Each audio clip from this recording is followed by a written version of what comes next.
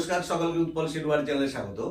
আজকে আমরা একটা বেশ ইন্টারেস্টিং বিষয় নিয়ে আলোচনা করব। তোমরা নিশ্চয়ই বুঝতে পারছো, ট্রান্সফরমেশন অফ সেন্টেন্স, বাক্যের রূপান্তর। যে সেন্টেন্সটাকে আমরা এক ফর্ম থেকে অন্য ফর্মে রূপান্তর করব, সেক্ষেত্রে সিম্পল থেকে কমপ্লেক্স হোক, বা কমপ্লেক্স থেকে সিম্পল বা কম্পাউন্ড হোক, বা নেগেটিভ থেকে অ্যাফার্মেটিভ হোক, বা অ্যাফার্মেটিভ থেকে নেগেটিভ হোক, এই যে ট্রান্সফর্ম পরিবর্তনটা আমরা করব, কিন্তু মনে রাখতে হবে যখন বাক্যটাকে আমরা ট্রান্সফর্ম করব, রূপান্তর করব, কোনোভাবেই কিন্তু বাক্যের মিনিং বা অর্থের কোনো রকম পরিবর্তন হওয়া চলবে না। অর্থটাকে অপরিবর্তিত রেখে আমরা বাক্যটাকে রূপান্তর করব। তো আজকে আমরা আলোচনা করব অমিট টু। দেখো, আমরা যখন ইংরেজি কথা বলি বা ইংরেজি লিখি, আমরা টু ওয়ার্ডটা অনেক ক্ষেত্রে বাক্যে ব্যবহার করে থাকি। যেমন he is too weak to work, সে এতই দুর্বল যে সে হাঁটতে পারে না। She is too lazy to do any work, সে এতটাই অলস যে সে কোনো কাজ করতে পারে না। তাহলে এই যে টু ব্যবহার করা থাকছে সেন্টেন্সের মধ্যে, ওই টুটাকে কিভাবে অমিট বা রিমুভ করব, কিভাবে তুলবো, তা নিয়ে ডিটেলস আলোচনা করব।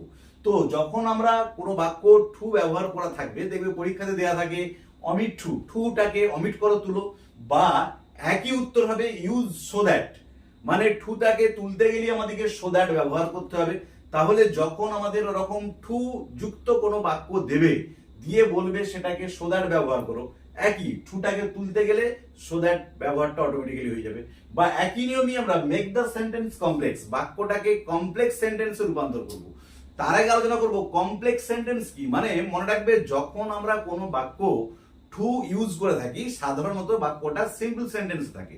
তো সেটাকে যখন আমরা টুটাকে অমিট করব, বাক্যটা অটোমেটিক্যালি কমপ্লেক্স হয়ে যায়, বাক্যটা কমপ্লেক্স হয়ে যায়। তাহলে একটু জেনে নেবো কমপ্লেক্স সেন্টেন্স কি আর সিম্পল সেন্টেন্স কি।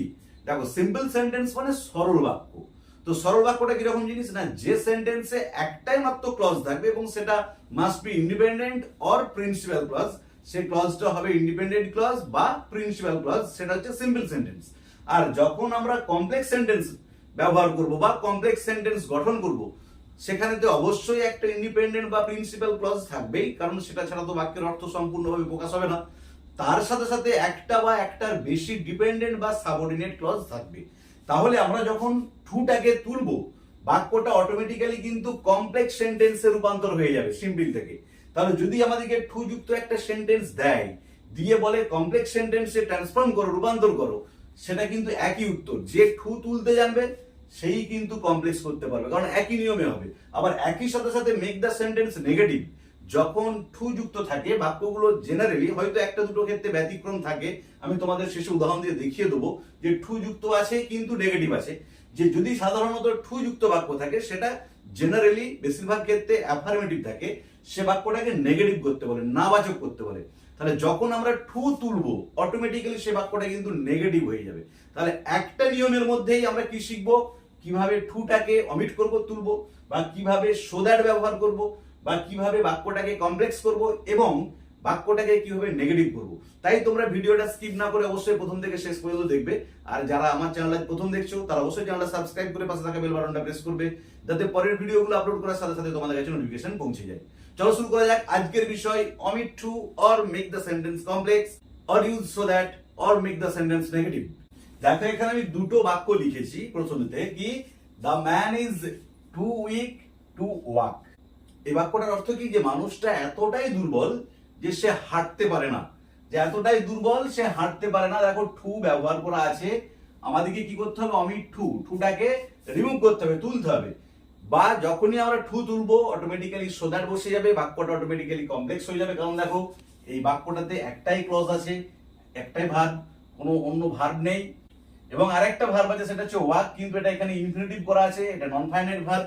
তাই সেন্টেন্সটা হচ্ছে সিম্পল সেন্টেন্সে আছে। তো দেখবে কিভাবে বাক্যটা কমপ্লেক্স সেন্টেন্স হয়ে যায়। আবার দেখো, বাক্যটা কিন্তু অ্যাফার্মেটিভে আছে, নেগেটিভ আমাদেরকে রূপান্তর করতে হবে। এই একই নিয়মে তিনটে ট্রান্সফরমেশনই হয়ে যাবে। তাহলে নিয়মটা কি, দেখো, প্রথমে যেমন সাবজেক্ট আছে লিখলাম দ্য ম্যান, তারপরে ভার্বটা যেমন আছে ইজ, তারপরে দেখো টু, এটা উঠে যেয়ে বসবে সো। খুব ভালো করে মনে রাখবে কোথায় পরিবর্তনটা হচ্ছে। দেখো, টুটা উঠে যেয়ে হবে সো, তারপরে যে অ্যাডজেক্টিভটা আছে সেটা লিখলাম উইক, তারপরে দেখো এই টুটা উঠে যেয়ে বসবে দ্যাট। ভালো করে খেয়াল করবে, সাবজেক্ট যেটা থাকবে তার প্রোনাউন ফর্ম হি এবং ক্যান নট, আমি শর্ট ফর্ম লিখেছি ক্যান্ট বা ক্যান নটও লিখতে পারো, তারপরে যেমন বাকি বাক্যটা থাকবে সেটা লিখবো ওয়াক। তাহলে উত্তরটা হলো কি, the man is so weak that he cannot walk. এবারে দেখো এইখানেতে টুটা উঠে গেছে, সো দ্যাট ইউজ হয়েছে, বাক্যটা নেগেটিভ হয়ে গেছে ক্যানট, এবং বাক্যটা কমপ্লেক্সও হয়ে গেছে। তাহলে তিনটে ট্রান্সফরমেশনই কিন্তু হয়ে গেল যখনই আমরা টুটাকে অমিট করলাম। তাহলে টু অমিট করার বা রিমুভ করার নিয়মটা কি, যে টু এর পরিবর্তে সো বসবে, টু উঠে গিয়ে দ্যাট বসবে, তারপর সাবজেক্ট যেটা থাকবে তার প্রনাউন ফর্ম সেটা বসবে, তারপরে প্রেজেন্ট টেন্সে থাকলে বাক্যটা ক্যান নট, আর পাস্ট টেন্সে থাকলে কুড নট। আমি তোমাদের পাস্ট টেন্সের উদাহরণ দিয়ে দেখাচ্ছি, কিন্তু মনে রাখবে এছাড়াও আর একটা নিয়ম আছে, সেই নিয়মটা আমি তোমাদের একটু পরে দেখাচ্ছি। আগে এই নিয়মটাকে একটু ভালো করে তোমাদের বিশ্লেষণ করে বা উদাহরণ দিয়ে দেখিয়ে দিই, তারপরে আমরা দ্বিতীয় নিয়মটাই যাব। তাহলে দ্বিতীয় বাক্যটা কি আছে দেখো, the child is too tiny to climb the tree. শিশুটা এতটাই ছোট সে গাছে চড়তে পারছে না, যে গাছে চড়তে পারে না, এতটাই ছোট বাচ্চাটা। তাহলে কি করবো দেখো, দ্য চাইল্ড, তারপরে যেমন ভার্বটা আছে ইজ বসলো, টুটা উঠে যে কি বসবে সো, তারপরে দেখো অ্যাডজেক্টিভ টিনি, টুটা উঠে যে কি বসবে দেখো বললাম দ্যাট, এবারে এই সাবজেক্ট দ্য চাইল্ড এর প্রোনাউন ফর্ম হি, সিও লিখতে পারো। তারপরে দেখো বাক্যটা যেহেতু প্রেজেন্ট টেন্সে আছে, ইজ আছে, তার মানে বাক্যটা প্রেজেন্ট টেন্সে আছে, তাই কি লিখবো ক্যান নট, তারপরে হচ্ছে ক্লাইম্ব দা ট্রি। এটা হলো উত্তর।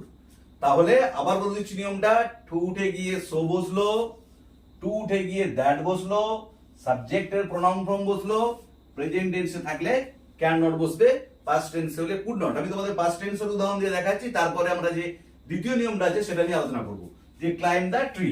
এটা হলো উত্তর। দেখো আমি আরো দুটো উদাহরণ দিয়েছি, কি she was too busy to speak to anyone. খেয়াল করবে এখানে কিন্তু দুটো টু আছে, আমি এই জন্য এই এক্সাম্পলটা দিয়েছি যাতে তোমাদের পরীক্ষাতে পড়লে বুঝতে সমস্যা না হয়। আর টু তো থাকবেই, এবং দেখো বাক্যটা পাস্ট টেন্সে আছে। আগের গুলো যেগুলো দিয়েছিলাম সেগুলো কিন্তু প্রেজেন্ট টেন্সে ছিল, এটা বাক্যটা আছে পাস্ট টেন্সে এবং দুটো টু আছে। তো সেক্ষেত্রে আমরা কি করব একটু দেখে নাও। তাহলে নিয়ম কি, সি ওয়াজ যেমন আছে বসলো, টু উঠে গিয়ে সো বসলো, অ্যাডজেক্টিভটা যেমন আছে বসলো বিজি, দিয়ে দেখো দুটো টু আছে, কোন টুটাকে আমরা অমিট করব? দুটো টু কি অমিট করব না, মনে রাখবে ভার্বের আগে যে টুটা আছে দেখো স্পিক, এটা হচ্ছে ভার্ব, মানে যে টুটা ইনফিনিটিভ করা থাকবে বা যে টুটা ইনফিনিটিভ হিসাবে ব্যবহার হবে সেই টুটাকে আমরা অমিট করব। এই টুটা কিন্তু অপরিবর্তিত থেকে যাবে, কারণ এটা ভার্ব নয়, এটা এখানে ইনফিনিটিভের কাজ করছে না।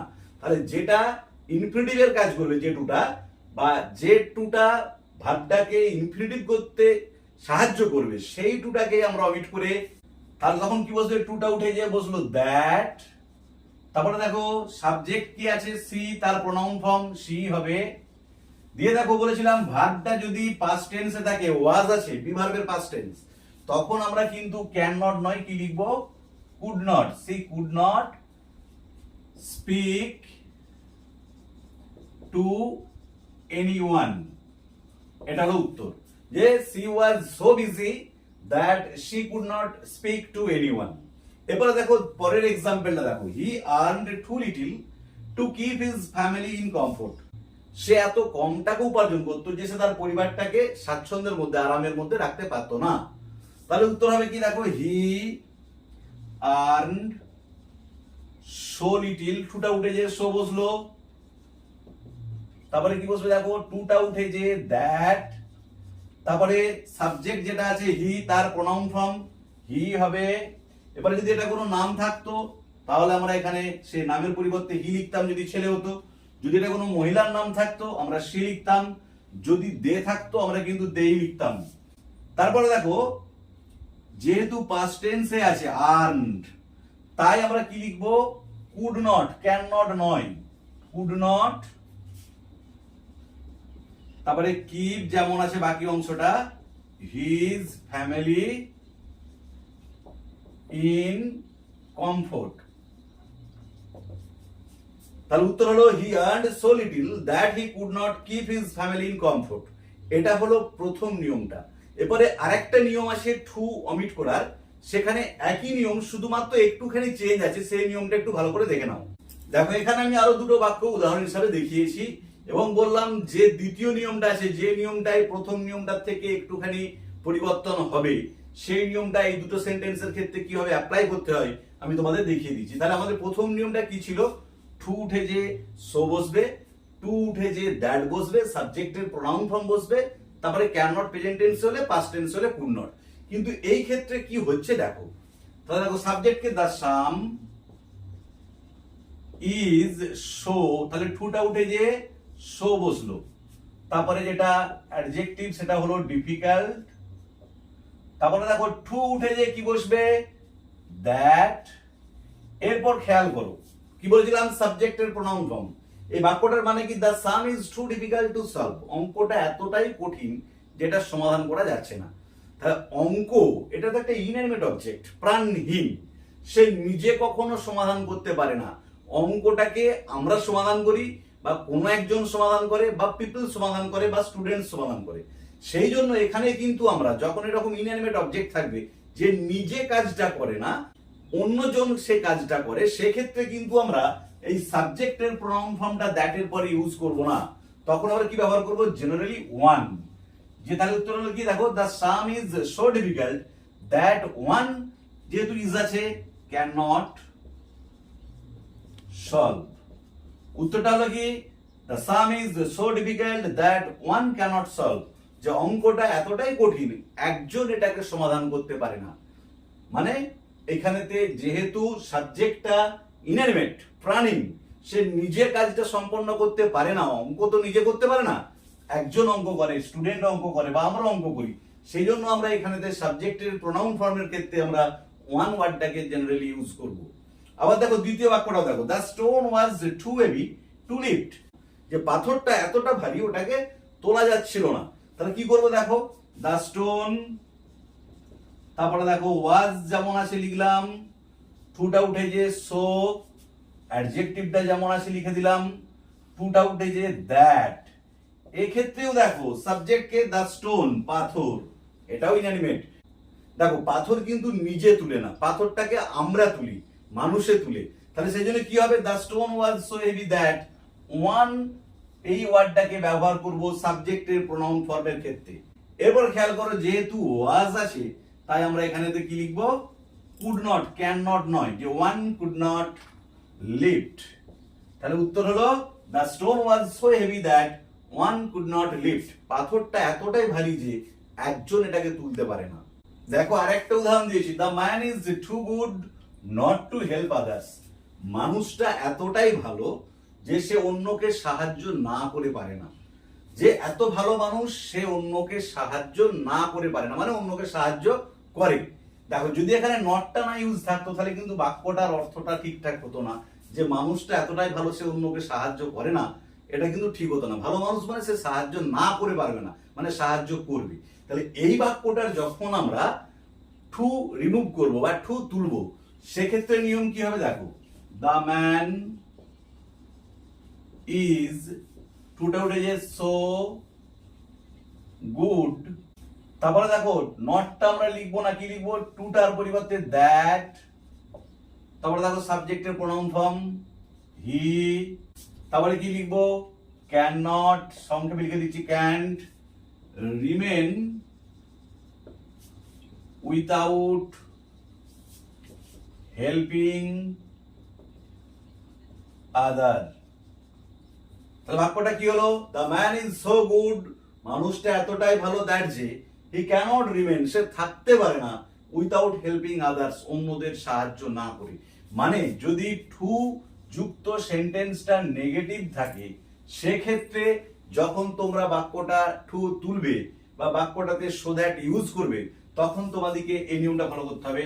টু উঠে যে সো বসলো, টু উঠে যে দ্যাট বসলো, সাবজেক্টের প্রোনাউন ফর্ম ক্যান নট বসলো, তারপরে দেখো রিমেন উইথাউট হেল্পিং আদার্স। তাহলে আজকের ভিডিওতে আমরা একটা খুব ইম্পর্টেন্ট বিষয়, যে ট্রান্সফরমেশন অফ সেন্টেন্সের একটা মাত্র পার্ট নিয়ে আলোচনা করলাম, যে কিভাবে অমিট টু, টু কিভাবে তুলতে হয়, বা সেই বাক্যটাতে how to use so that, so that কিভাবে ব্যবহার করব, বা সেন্টেন্সটাকে নেগেটিভ করব কিভাবে, বা বাক্যটাকে কমপ্লেক্স করবো কিভাবে তা নিয়ে ডিটেলস আলোচনা করলাম। ভিডিওটা ভালো লেগে থাকলে অবশ্যই লাইক শেয়ার কমেন্ট করে জানাবে। আর যারা আজ চ্যানেলটা প্রথম দেখছো তারা অবশ্যই চ্যানেলটা সাবস্ক্রাইব করে পাশে থাকা বেল বাটনটা প্রেস করবে, যাতে পরের ভিডিওগুলো আপলোড করার সাথে সাথে তোমাদের কাছে নোটিফিকেশন পৌঁছে যায়। আমি অলরেডি ক্লজ, ফ্রেজ বা নার্সিং চেঞ্জ, ভয়েস চেঞ্জের উপর ভিডিও আপলোড করেছি, সেসব ভিডিওর লিংক আমি ডেসক্রিপশন বক্সে দিয়ে দিয়েছি, তোমরা অবশ্যই তোমাদের সময় মতো দেখে নিও।